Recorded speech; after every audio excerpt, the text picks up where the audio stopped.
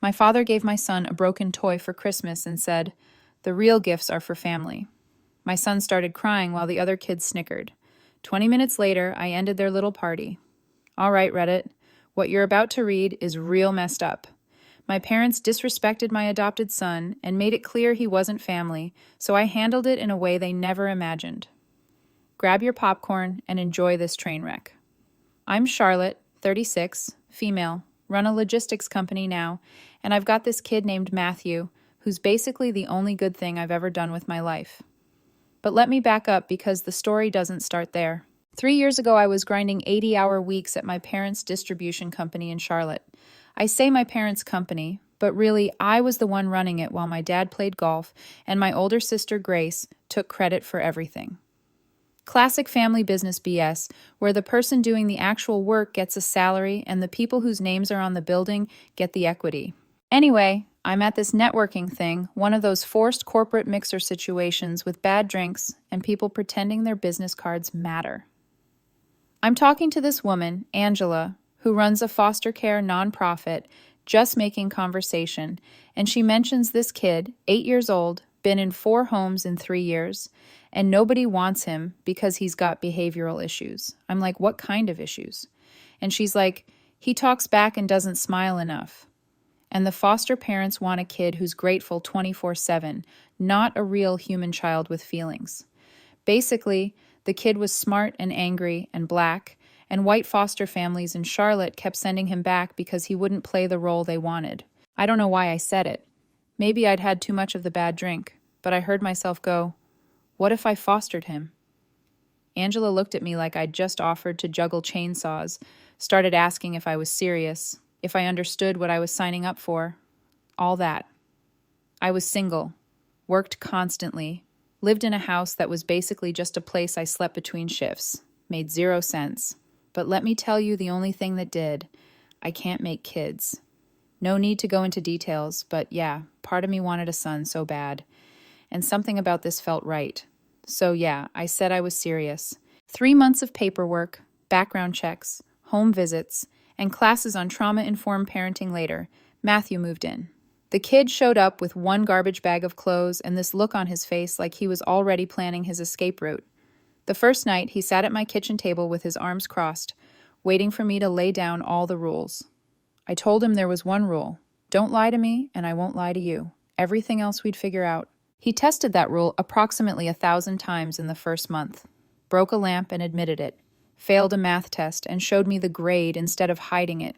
Every time I kept my word, didn't yell, didn't punish him for being honest, just dealt with whatever the actual issue was. Slowly, the kid started to believe me, started to relax. Took about a year before he stopped flinching when I walked into a room too fast. Took 2 years before he started calling me mom instead of my first name. And honestly, I started loving the little guy. By that point, I knew I was keeping him. Not fostering, keeping. So I started the adoption process. More paperwork, more home visits, more people asking me intrusive questions about my life. But the March before last, it was official. Matthew Sutton, my son, legally, permanently. Now here's where it gets complicated. See, my parents, Jacob and Pamela Sutton, built their distribution business back in the 90s.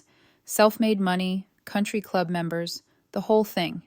They are the kind of people who talk about family values while treating their employees like garbage and cutting every corner they can find. When I told them I was fostering Matthew, my mom did this thing where she forced a smile, then asked if I'd really thought it through, if I understood the challenges of raising a child from that kind of background. My dad straight up asked if I was trying to make some political statement. I should have seen it coming, but I kept thinking they'd come around once they met him. They didn't. My sister Grace was even worse. She's got these twin daughters, Ashley and Madison, 11 now, and she's raising them to be exactly like her, which is terrifying. First time she met Matthew, she did that thing people do where they talk slower and louder, like he's hard of hearing. I don't know if you got it. Matthew, who was 9 and reading at a 6th grade level, looked at me and went, "Is she okay? Should we call someone?" I almost lost it trying not to laugh, but the pattern was clear from day one. My parents showed up to every single one of Grace's kids' events. Dance recitals, birthday parties, soccer games, you name it. They'd post about it on Facebook, send group texts about how proud they were. Matthew? They missed his adoption day, said they had a conflict, missed his 9th birthday because they were at some charity gala, missed his 10th birthday because, I don't even remember the excuse that time, missed every baseball game, every school event, every single thing that mattered to him for nearly 3 years. And yeah, I knew what it was. I'm not stupid. My parents are racist. Not the screaming slurs kind. They're too respectable for that. The polite kind. The kind that never says anything explicitly wrong, but somehow their black grandson is always invisible while their white granddaughters get trust funds. Grace's kids got new iPads, summer trips to Europe, private tutors. Matthew got forgotten. Meanwhile, I'm still working for my parents, running their company while they collect checks. I kept thinking if I just worked harder, proved myself more, they'd eventually treat him like family. Stupid, I know, but that's the thing about family dysfunction. You keep thinking this time will be different. Then this past December, Matthew asked if we could go to Grandma and Grandpa's for Christmas. He'd made them presents in art class. These painted picture frames. Spent weeks on them. Kept showing me his progress. The kid was so proud of them. I should have said no. Should have protected him from what I knew was coming. But he looked so hopeful. And I guess I was still holding out for some fantasy where my parents acted like decent human beings, so I said yes. And we went. And it was so much worse than I could have imagined. We showed up on Christmas morning. The house looked like something out of a catalog. Massive tree, decorations everywhere. Grace filming everything for Instagram. Ashley and Madison were already tearing through this mountain of presents. Nobody said hello to my son. My brother Kyle showed up late. He works in their accounting department, basically trapped in the same hell I was. He gave me this look that said, "You really thought this would go well?" Then the present time came around. The twins got iPads, designer clothes, jewelry, bikes, just piles of expensive stuff. Matthew sat there watching, being patient like always. I could see him trying to figure out which present under the tree might be his. Finally, my mom reached under the tree and pulled out this wrinkled package, handed it to Matthew without even looking at him. He opened it carefully. Inside was a broken action figure, some off-brand superhero thing with one arm missing and marker scribbled all over it. Clearly something one of the twins had broken and thrown away. Matthew just stared at it, and my dad, who'd already been drinking before noon, laughed and said loud enough for everyone to hear, he should be grateful for anything. The real gifts are for the real family. The room went quiet for a second. Then a few people laughed nervously. Even Grace's kids were smirking. Matthew's face just crumpled. He tried so hard not to cry, but I could see his eyes getting wet. That's when something broke in me. Not snapped. Broke like a bone. Clean and permanent. Kyle stood up and started yelling at them, told them they were disgusting, that they were humiliating a child. My dad told him to shut up. Grace rolled her eyes like Kyle was being dramatic. I put my hand on Matthew's shoulder and we walked out. He was shaking, started crying in the car, asking if maybe there was another present they forgot to give him. I told him, "No, buddy. That was it. That's what they thought he deserved." Kyle followed us outside, told Matthew to go upstairs where his kids were playing video games. Before Matthew went in, Kyle looked at me and said, "You should have burned this bridge years ago, sis." He was right. I went back into that living room. They'd already moved on, back to their perfect little Christmas. I picked up the 2 gifts I'd brought, $400 watch for Dad, a spa package for Mom, and put them back in my bag. My dad noticed, asked what the hell I was doing. I looked at all of them and said, "Merry Christmas, I'm done." They thought I meant I was leaving. I wasn't. I meant I was done with all of it. "I quit," I told them. My dad started to laugh like I was being dramatic. So I told them the rest, that I'd spent the last 18 months building something, that I'd secured a $1.2 million investment, locked down office space, recruited a team, that I was launching my own distribution company in direct competition with them, that I was going to bury them. Once the realization hit them, the room went dead silent. My dad's face went purple. My mom looked like she was going to collapse. Grace finally looked at me like I was an actual threat instead of her annoying little sister. I gathered up Matthew, hugged Kyle, thanked him, and left. Matthew fell asleep in the car. I carried him up to bed when we got home. Sat on the edge of his bed for a while, just hating myself for ever thinking my parents deserved another chance. Then I went to my office and wrote the resignation email. Sent it at 3:00 a.m. and felt nothing except relief. The first few days after Christmas were quiet. Too quiet, honestly. I kept expecting my phone to blow up, but nothing. Radio silence from all of them. Then about a week later, my mom texted me. Hope Matthew enjoyed his gift. It was just a little joke. You're being too sensitive. I stared at that message. A joke? A 10-year-old kid getting a broken toy while his cousins got iPads was a joke. I blocked her number and got back to work. My dad tried next from a different number. You're making the biggest mistake of your life. You'll come crawling back. I forwarded it to my lawyer and kept building. Here's the thing. I wasn't bluffing about the company. I'd been planning this for over a year, just waiting for the right moment. Guess my family handed me the perfect motivation on a silver platter. My investor was Vivian Miller, a woman in her 50s who'd built and sold 2 logistics companies already. She didn't mess around. When I pitched her on starting something from scratch, she looked at my financials for about 10 minutes and said, I'm in. Within 3 weeks of quitting, I had office space rented, a website live, and 8 employees ready to go. We called it Atlas Distribution Solutions because I'm not creative with names and Matthew likes Greek mythology. My operations manager was Jerome Williams, a guy who'd worked for my parents for 6 years before quitting. He'd called me about 2 months before Christmas and said he was looking for a new opportunity. When I told him what I was planning, he just laughed and said, When do I start? Later, he told me why he left my parents' company. My dad had called him articulate, like it was surprising. My mom kept asking if he was really the manager every time she didn't recognize him in the warehouse. Death by 1,000 paper cuts. Jerome and I clicked immediately. He knew the industry inside and out, had relationships with vendors I'd never even heard of. And when I told him about what happened with Matthew at Christmas, he just nodded and said, Yeah, I've met your parents. Let's destroy them. By mid-January, we'd signed our first 8 clients. 3 of them were former clients of my parents who switched over after I reached out. Turns out a lot of people had been waiting for an alternative to Sutton Distribution. One guy, a warehouse manager I'd worked with for years, straight up told me, Everyone knew you were the one actually running that place. Your dad's an idiot. And my phone stayed quiet on the family front. No calls from Grace, no guilt trips from Mom, no threats from Dad, just nothing. Grace's Instagram told a different story, though. She started posting these vague quotes about betrayal and fake family, and people who stab you in the back. Real subtle. Then in late January, Matthew asked me something that made my chest hurt. We were eating dinner, and he said, Mom, do you think Grandma and Grandpa don't like me because I'm black? I put my pizza down, asked him why he thought that.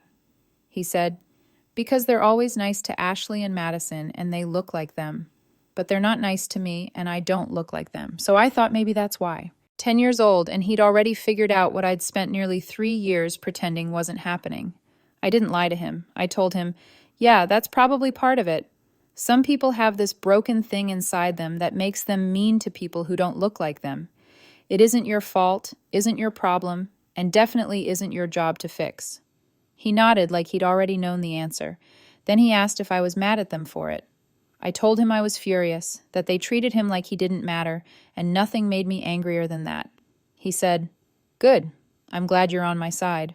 That night, after he went to bed, I sat on my back porch, thinking about how I'd let my parents treat my son like garbage for nearly 3 years, how I'd made excuses, kept hoping they'd change, kept exposing Matthew to people who didn't deserve to know him. That's when I decided being done with them wasn't enough. I wanted them to feel it, all of it. February hit and Atlas was thriving. We doubled our client base. Jerome was running operations perfectly. Our website was getting traffic. Word was spreading. A new company in town, good people, actually gave a damn about service quality. I hired a marketing director named Shanice Robertson. She was sharp as hell, had worked in corporate marketing for years, and wanted something with more autonomy. When I told her the backstory, that I was competing directly against my family's company, she grinned and said, Oh, we're going to have fun with this. She started a subtle campaign, just positioning Atlas as the ethical alternative. Our website emphasized transparency, fair treatment of employees, community investment, everything my parents' company claimed to be, but wasn't. Then I got an invitation in the mail. White envelope, gold trim, my mother's handwriting, formal card inviting me to a family dinner at their house.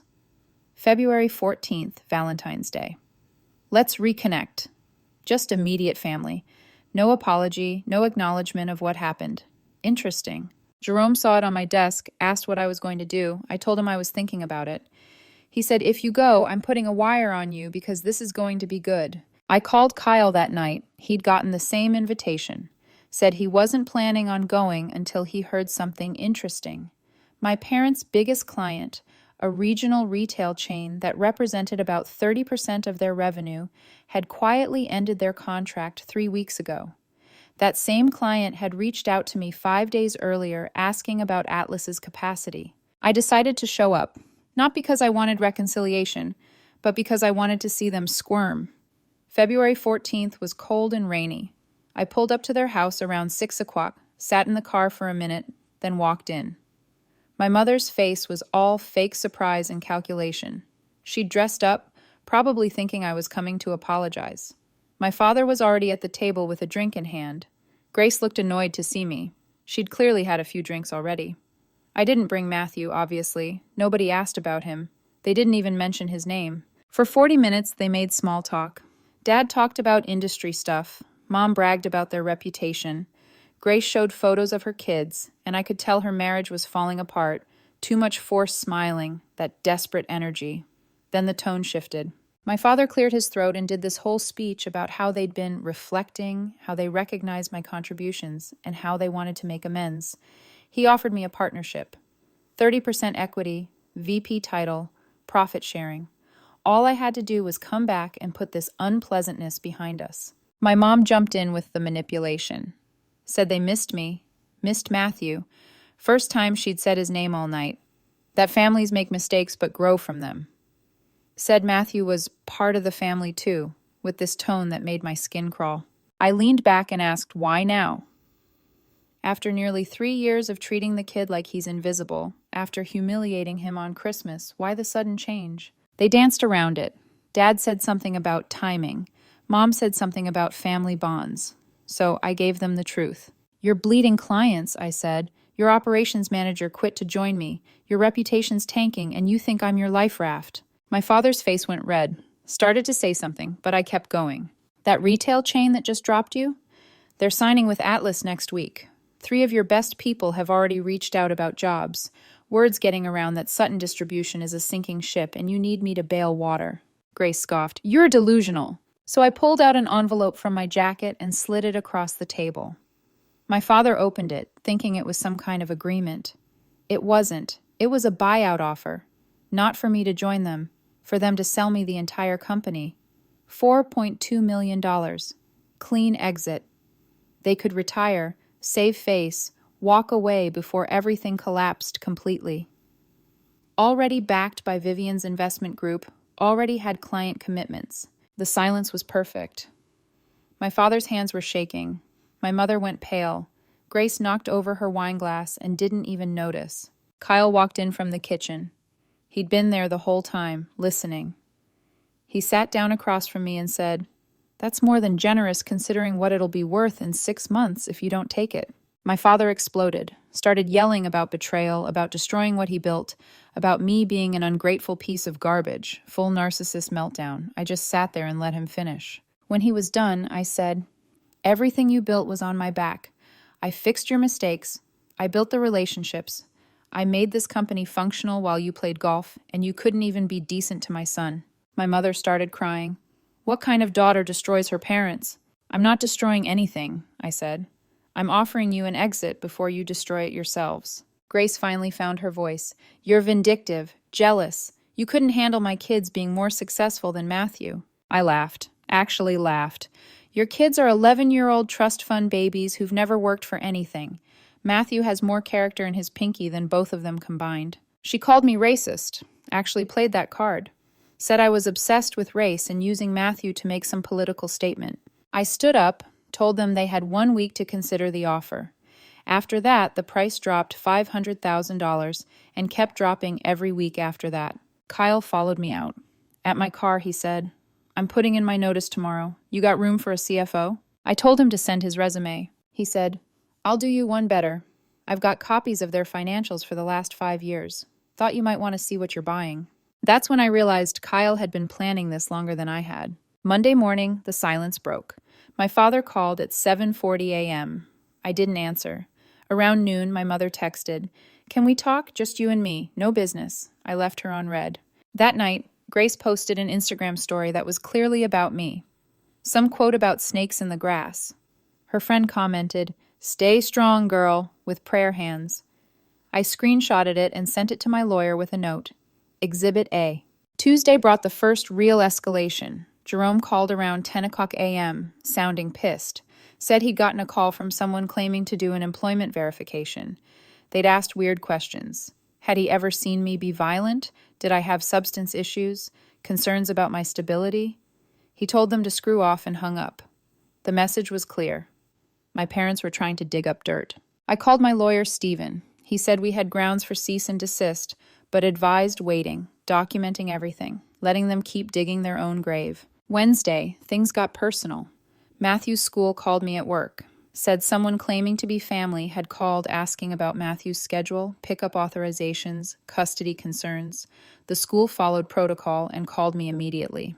When I got there, the principal showed me the notes. The caller identified herself as Grandmother Sutton and said I was unstable and she was concerned for the child's safety. That's when I stopped being patient. That's when I decided to go nuclear. I called Stephen, told him everything. He said, "We've got more than enough for a restraining order and defamation suit." But I wanted more. I wanted them to feel what it's like when someone comes after your kid. Stephen asked, "What do you want to do?" I said, "Dismantle them piece by piece." Here's the thing about working at your parents' company for 15 years. You know where all the bodies are buried. Late payments to contractors, questionable tax deductions, non-competes that wouldn't hold up, OSHA violations at the warehouse, payroll errors that always favored the company. I'd been covering those tracks for years. Now they were ammunition. Kyle came through. He'd been quietly documenting everything for months. Brought me a thumb drive with 5 years of financial records, internal memos, email chains. I sat with Stephen, Vivian, and Jerome going through it all. Vivian looked at me and said, "How aggressive do you want to be?" I thought about Matthew crying on Christmas, thought about my mother calling his school. "I want them to understand what happens when you come after my kid," I said. We built the strategy over the next week. Step 1.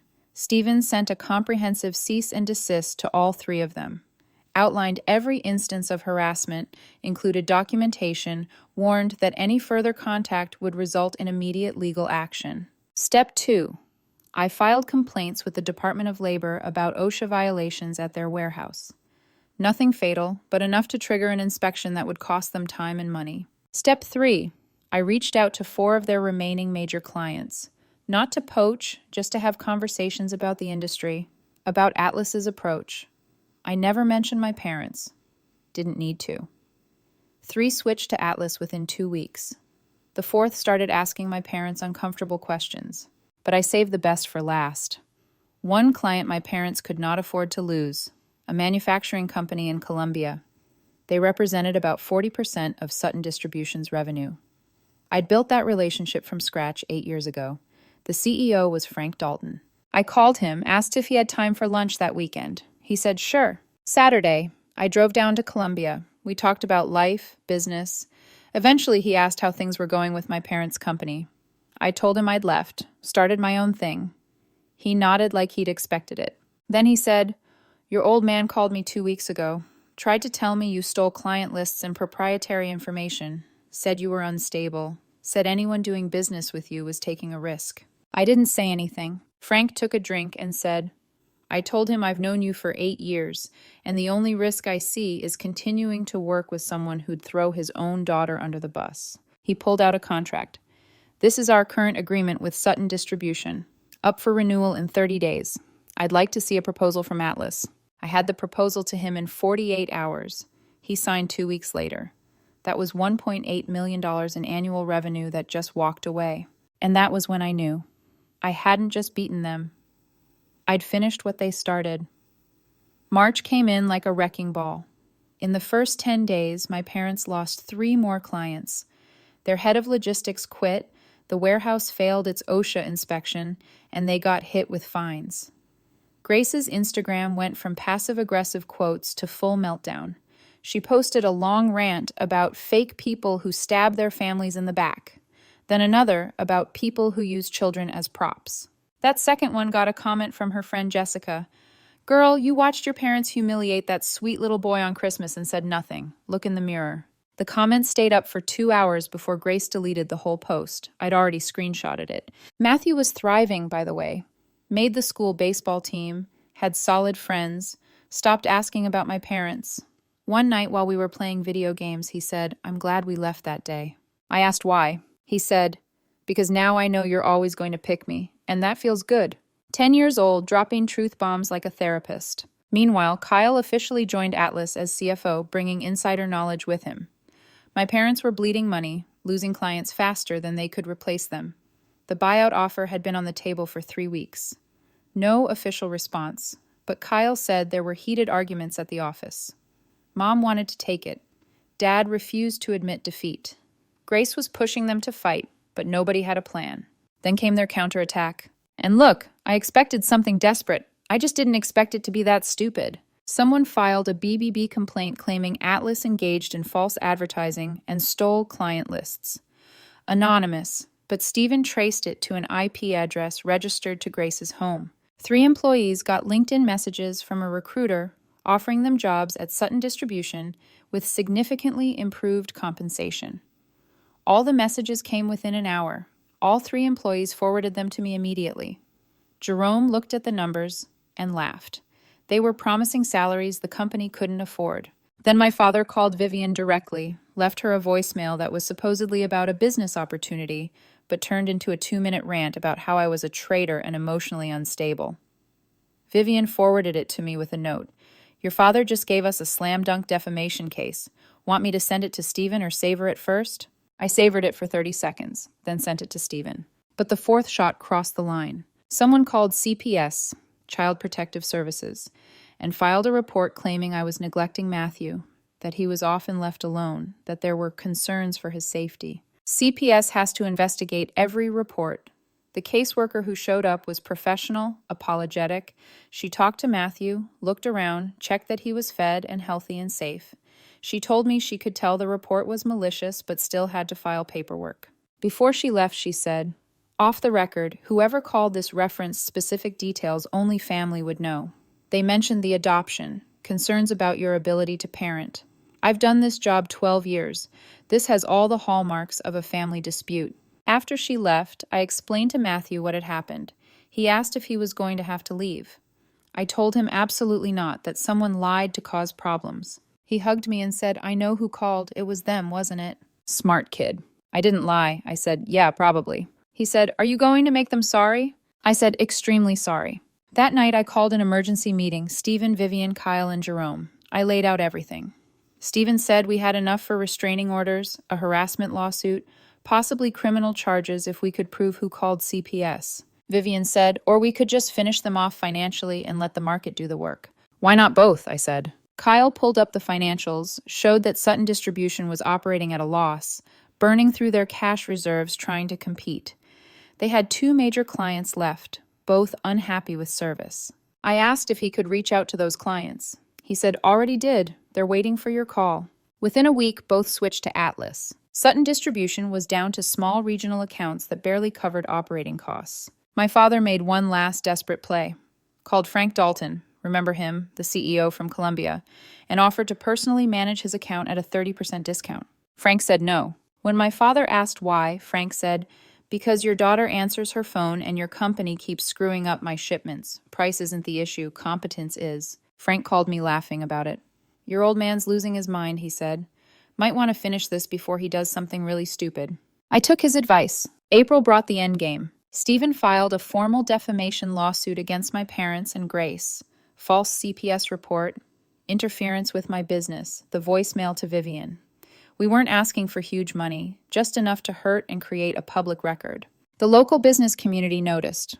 Some of their connections started distancing themselves. Grace's social media went dark.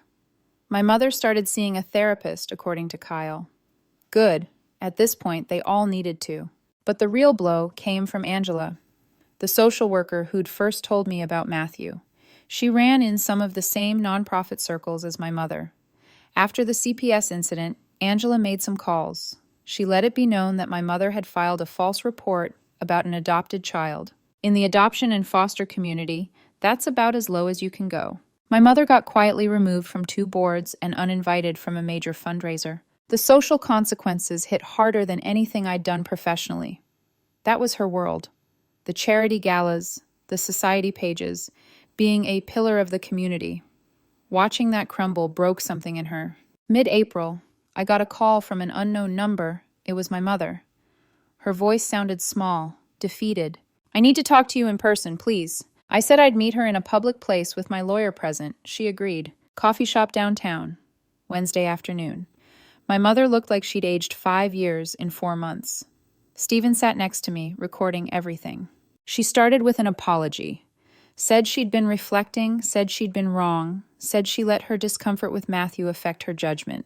Then came what she really wanted to say. "Your father wants to accept the buyout, but the price has dropped so much we can't afford to retire on it. We'd have to sell the house." I didn't say anything. She said, "I'm asking you as your mother to consider the original offer, for old time's sake." I looked at her and said, "You called CPS on my son because you were losing a business fight. You tried to have him taken away, and now you want me to do you a favor for old time's sake?" Her eyes filled with tears. Said she didn't make that call. Must have been Grace. I told her I didn't care which one did it. She'd enabled it. Stephen leaned forward. "Mrs. Sutton, my client's current offer is $2.1 million for the business and all assets, down from $4.2 million because of the loss in value. That offer expires in 72 hours. After that, Ms. Sutton can let the business collapse and buy the assets in bankruptcy for significantly less." My mother looked at me like I was a stranger. "This will destroy us," she said. "You destroyed yourselves," I said. "I just stopped propping you up." She left without another word. 3 days later, Kyle called.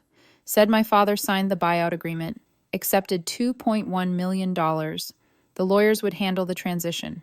I asked how my father seemed. Kyle said, "Broken. Kept saying he built that company. It was his legacy." I told him, "He built it on your back and now you own it." Kyle just sat there on the other end. Neither of us said a word for a long time. And for the first time in my life, I didn't feel bad about any of it. The transition took 6 weeks. I brought in a management team to integrate Sutton Distribution into Atlas, kept some of the good employees, let go of the dead weight, rebranded everything. By June, it was like Sutton Distribution had never existed. My parents moved to a smaller house in a cheaper neighborhood. Grace stopped posting online completely. Kyle heard she and her husband Todd had separated. I didn't reach out, didn't gloat, didn't even think about it much. I just went on with my life, like they'd never been part of it. One night, Matthew asked, "Do you think Grandma and Grandpa are sad?" "Probably," I said. He thought for a moment. "Because people who do mean things end up sad?" "Exactly," I told him, "and that's not our responsibility to fix." He nodded. "Good. I'm glad they're not in our life anymore." "Me too, kid," I said. "Me too." By August, Atlas had grown beyond anything I'd imagined, expanded into 2 new states, hired 40 employees, and was on track to hit $8 million in revenue by year-end. Vivian was already talking about a second round of investment. Jerome was running operations flawlessly. Kyle had the financials tight and clean. And Matthew, starting 5th grade, trophy shelf full of baseball medals, straight A report card, said he wanted to be an engineer when he grew up. The kid was reading college-level math books for fun. One Saturday in late August, we were at the lake. Me, Matthew, Kyle and his kids, Jerome and his family, Vivian and her wife. A couple of boats, a cooler full of food, and hours of laughter. Matthew and Kyle's oldest were fishing off the dock when Matthew said, "This is better than Christmas at Grandma's house, right?" Everyone got quiet for a second. Then Kyle's kid, who'd been there that Christmas, said, "Dude, literally anything is better than that Christmas." We all burst out laughing. Jerome looked at Matthew and said, "Your mom won, little man. You both won." Later that evening, after everyone had left and Matthew was in bed, I sat out on the back porch with a glass of wine, staring at the lake as the sun went down. 9 months. That's all it had taken. 9 months to go from being their pawn to being free. From being the daughter they dismissed to the woman who owned everything they'd built. From being the mother of a not-real grandson to the mother of a boy who was loved, safe, and thriving. Some people might say I went too far. That family should forgive. That revenge doesn't heal. Those people never watched their child cry on Christmas because his grandparents gave him garbage while his cousins unwrapped iPads. Those people never had their own mother call CPS to try to take their son away. You come after my kid, I end you. Simple as that. My phone buzzed. Unknown number. Almost deleted it, then saw the message. This is Angela. Hope you and Matthew are doing well. Heard what happened with your family. Wanted to say I'm proud of you for protecting him. Not enough parents do. I texted back, he's doing great, we both are. She responded, good, that's all I needed to know. I put my phone down and smiled. My parents had wanted me small, grateful, dependent, quiet. They'd wanted Matthew invisible. Instead, I built something bigger, something better. So yeah, I ruined their Christmas, and their business, and their retirement, and I'd do it again, without hesitation. Because nobody laughs at my kid. Nobody. It's been over a year now since everything went down. Life looks completely different. Not perfect, but peaceful in a way I never knew existed. Atlas is thriving. We just opened a new regional hub in Nashville, and I promoted Jerome to COO. Kyle's CFO now, officially, and his kids spend almost every weekend at my house. Vivian's still my mentor and occasional devil's advocate, always reminding me to scale smart and protect the culture.